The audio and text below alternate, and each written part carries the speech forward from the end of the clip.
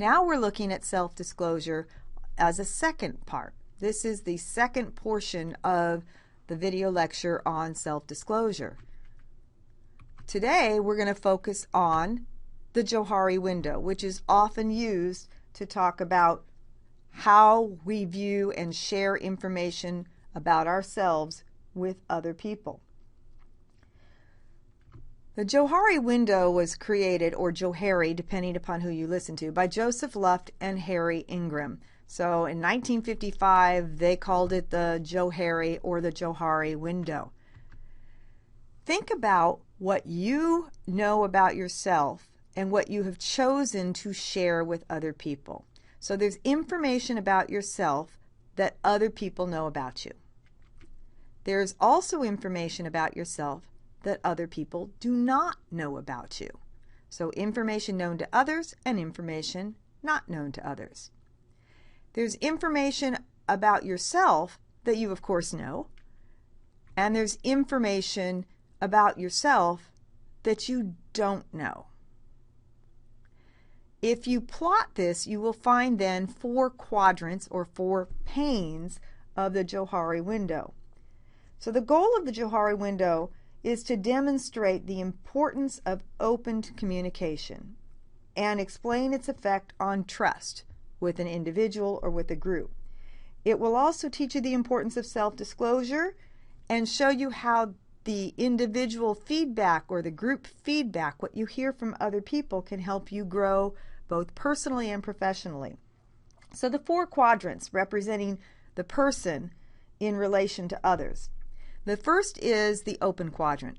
That's the information that you know about yourself and that other people also know about you. Some scholars call this the arena. So it contains all of the aspects, your feelings, behavior, your biological, your biographical information that is known to you as well as other people. Below that, the hidden or secret quadrant is information that you know about yourself, but other people don't know about you. So items in this quadrant become public as you become willing to provide that information to others, as you become willing to self-disclose. Some scholars call this area the facade or mask area. It can be the hidden, the secret, or the private area. So when you look at the quadrant called blind, this is the area that you don't know about yourself, but other people know about you. You will learn about the information in your blind spot, in your blind quadrant, through feedback. As simple as, I have a piece of spinach in my mouth, I don't realize that. So therefore, that's information that other people have seen and know about me, but I don't know about myself.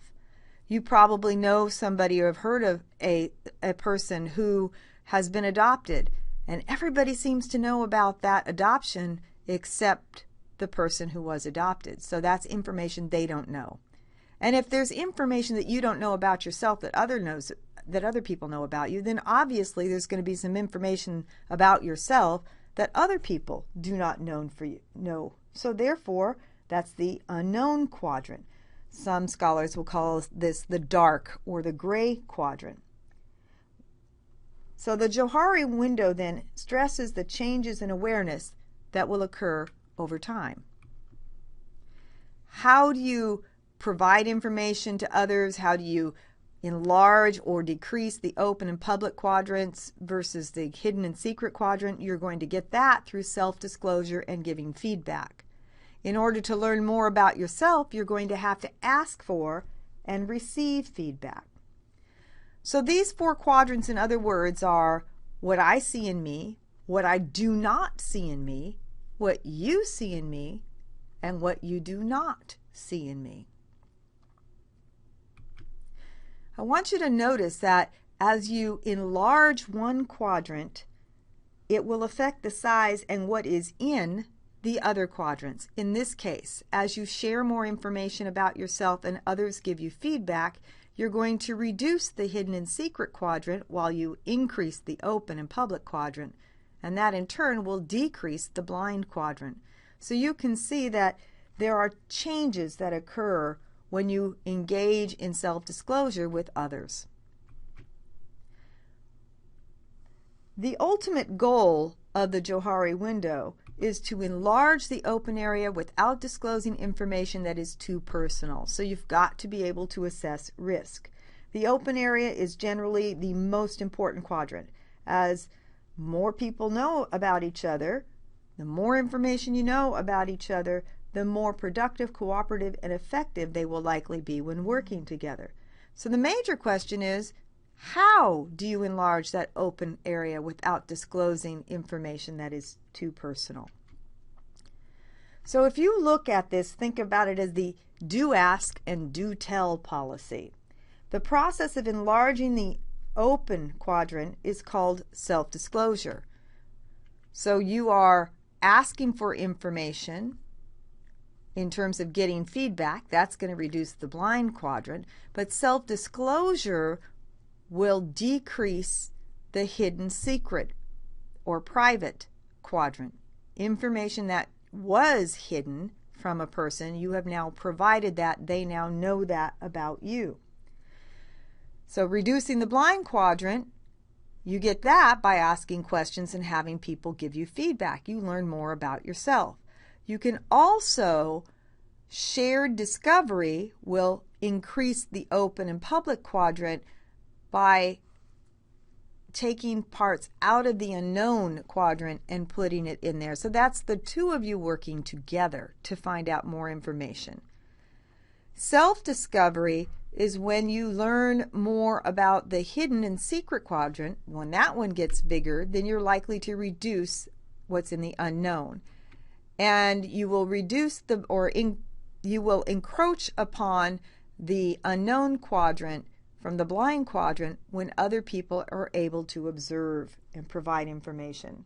So in other words, your open area is expanded vertically with self-disclosure and horizontally with feedback from others. While you're going to have one general Johari window, it would be unfair to say that you're going to have the same kind of window with every person you come in contact with. With someone you've just met, you're probably going to keep a much smaller open or public quadrant. With a good friend, however, not only will you find out more information about yourself, but you could design the whole open quadrant bigger as you add more information in there. Joseph Luft made a comment that I thought was extremely telling about the importance of self-disclosure. He said that a centipede may be perfectly happy without awareness, but after all, he restricts himself to crawling under rocks. Well, we are human beings, and we don't want to be crawling under rocks. What can we learn from this Johari window? How can it benefit us? Well, first, as we've discussed, a change in one quadrant will necessarily result in a change in another quadrant. So there definitely is a connection between the quadrants. It stresses changes in awareness for you and your partner over time. The way that you can get other people to trust you, to build trust with others, is to give them some information about yourself. And finally, with the help of those feedback from other people, you can learn more about yourself, and that often will help you come to terms with some very personal issues. Quiz time again. First, can you identify the four quadrants in the Johari window? Would you be able to identify what kinds of information go in which quadrant? So in the Johari window, which quadrant would likely encompass information like your sex, your age, your name, etc.? How might you, if you wanted to, enlarge your open quadrant or reduce your unknown quadrant? And finally, does your Johari window configuration vary significantly by individual? In other words, is the Johari window you would draw with your friend similar to the Johari window that you would draw with your employee, with your fellow employees? And we will go into a little bit more information on self-disclosure in the next video.